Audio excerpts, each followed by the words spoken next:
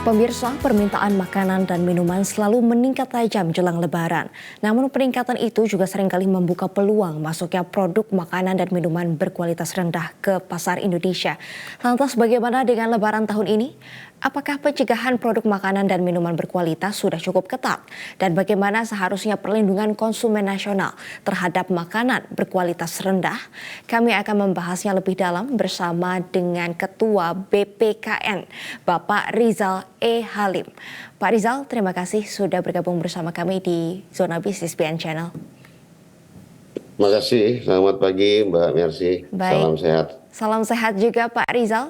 Pak, sudah 16 hari lagi nih menuju Lebaran 2023. Tentunya produk makanan dan minuman sudah mulai beredar luas. Namun apakah penjualan produk makanan dan minuman ini sudah terlihat pengawasan baik dari BPOM atau Kemendak, Pak? Ya Mbak Mercy, jadi memang di sektor hulu otoritas yang melakukan menjadi tanggung jawab satu otoritas dalam melakukan pengawasan ini ada di Badan POM ya sebenarnya dalam undang-undangnya. Tetapi bukan berarti Badan POM sendiri ya, karena di situ juga kementerian-kementerian yang terkait seperti Kementerian Perdagangan, Kementerian Perindustrian, Kementerian Koperasi UKM itu juga punya andil di situ untuk membantu. Baik. Tidak cukup kementerian pemerintah daerah pun punya tanggung jawab untuk bersama-sama lakukan mekanisme pengawasan. Jadi itu dalam teks penyelenggaraan pemerintahan.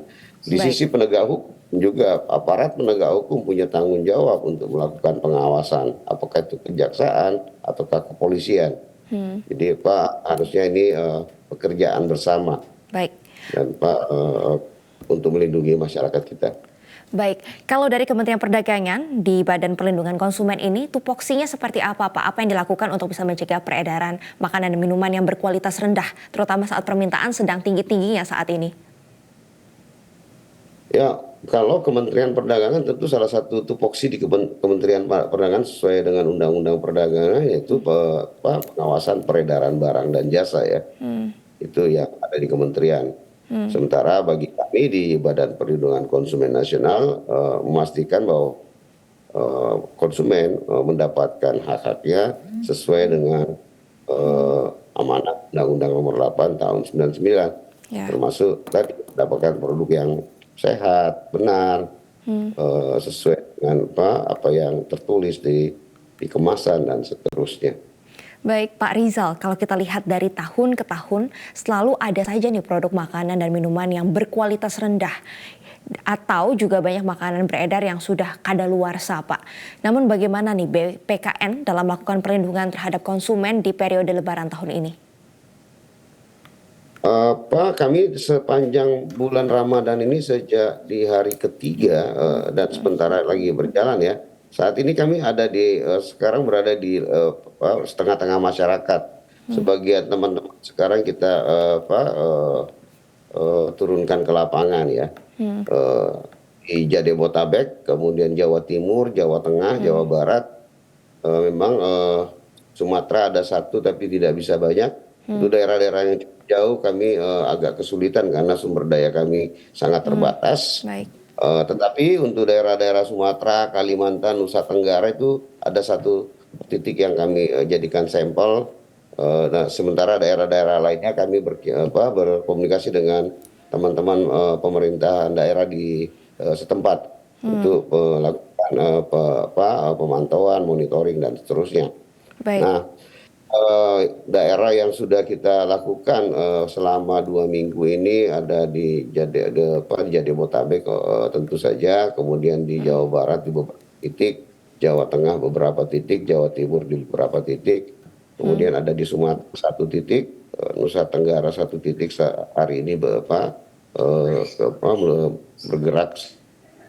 Dan yang menarik mungkin di setiap daerah yang kami kunjungi kami selalu minta didampingi oleh pemerintahan daerah setempat. Apakah itu dari perdagangan ataukah ada di UPT Badan POM yang ada di daerah. Baik Pak, dari hari ketiga bulan Ramadan ini sudah melakukan pengecekan di lapangan, apakah sudah ada barang atau produk makanan minuman yang ditarik karena standarnya rendah, Pak? Jadi beberapa temuan yang kami peroleh di lapangan dan nanti juga akan kami teruskan kepada otoritas yang terkait dalam hal ini Badan POM ya. Pertama, eh, produk yang tentu sudah baik sudah hampir mendekati masa kadaluarsa dan kadaluarsa Baik. itu menurut kami harus segera ditarik. Yang kedua adalah barang-barang yang memiliki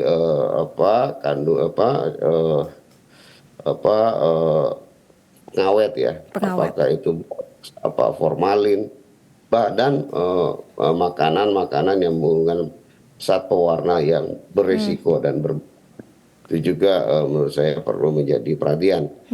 Yang ketiga adalah yang tidak memiliki sama sekali izin edar. Baik, Pak. Ini paling Juga banyak yang ditemukan di daerah mana, Pak?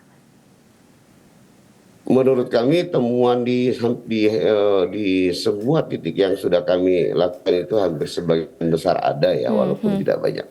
Semua Sebagian besar rata-rata ada. ada. Ya, dan walaupun tidak banyak. Dan satu lagi kemarin kami mendapatkan temuan satu lagi, mungkin ini bisa di-share ke masyarakat di daerah Tangerang. Ada satu produk ya, saya sebut Di pasar? produk Atau ini biasanya ditemukan di mana, Kota Pak? Tangerang. Di Kota Tangerang. Ini biasanya ditemukan Ini di... di Kota Tangerang di salah satu pusat perbelanjaan ya. Oh, di pusat perbelanjaan, Pak. Nah, di pusat perbelanjaan mie instan Mie yang instan. mengandung ini ya, istilahnya piggy meat ya, zat babi ya namanya. Oh, Saya sebut aja ya, Baik, saya berarti sebut tidak halal ya, Pak ya, makanan ini ditemukan? ya, ya Dan tidak namanya otogi ramen ya. Kalau Oke, bisa ditayangkan di sini kita tayangkan.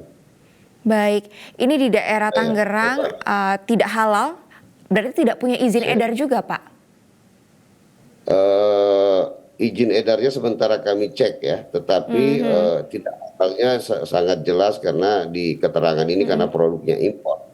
Baik. Ini diberi keterangan mengandung unsur daging babi ya. Oh, Dan baik. kami juga berkoordinasi dengan teman-teman di asosiasi ya untuk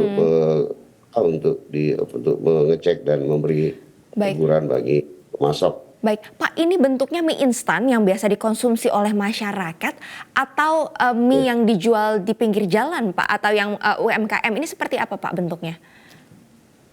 Ini didapatkan di salah satu pusat perbelanjaan ya. Saya share kalau bisa mau ditayangkan saya share di kolom chat. Oh, baik-baik, Pak. Ini berarti bentuknya tenan ya, Pak, yang menjual makan yang sudah saji, sudah siap disantap?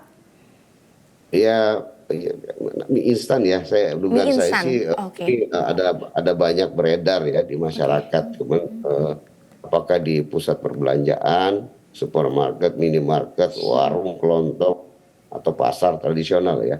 Baik. Ini harus cek dengan baik karena otomatis kalau seperti ini berarti dia tidak bisa memenuhi kriteria halal produk ya, Baik. makanan halal. Pak, kebanyakan yang tidak sesuai dengan standar ini, Pak, ditemukannya di mana? Karena ini di pusat belanja ternyata juga ada ya, Pak ya. Nah, ini paling banyak apakah yang di pasar tradisional atau yang di pinggir jalan atau yang di pusat belanja ini juga banyak, Pak? Hampir merata ya. Merata. Hampir merata, baik itu yang pusat belanja maupun yang di pasar tradisional. Hampir merata. Karena kenapa? Saya nggak tahu alur pemasokan barang ya, pasokan barang itu harusnya kalau di pusat belanja itu lebih ketat ya karena mekanisme perusahaan bekerja ya. Baik. Nah, yang agak itu di pasar tradisional karena pasokan barang itu tidak ada mekanisme yang di sana, selalu dikembalikan ke pedagang masing-masing.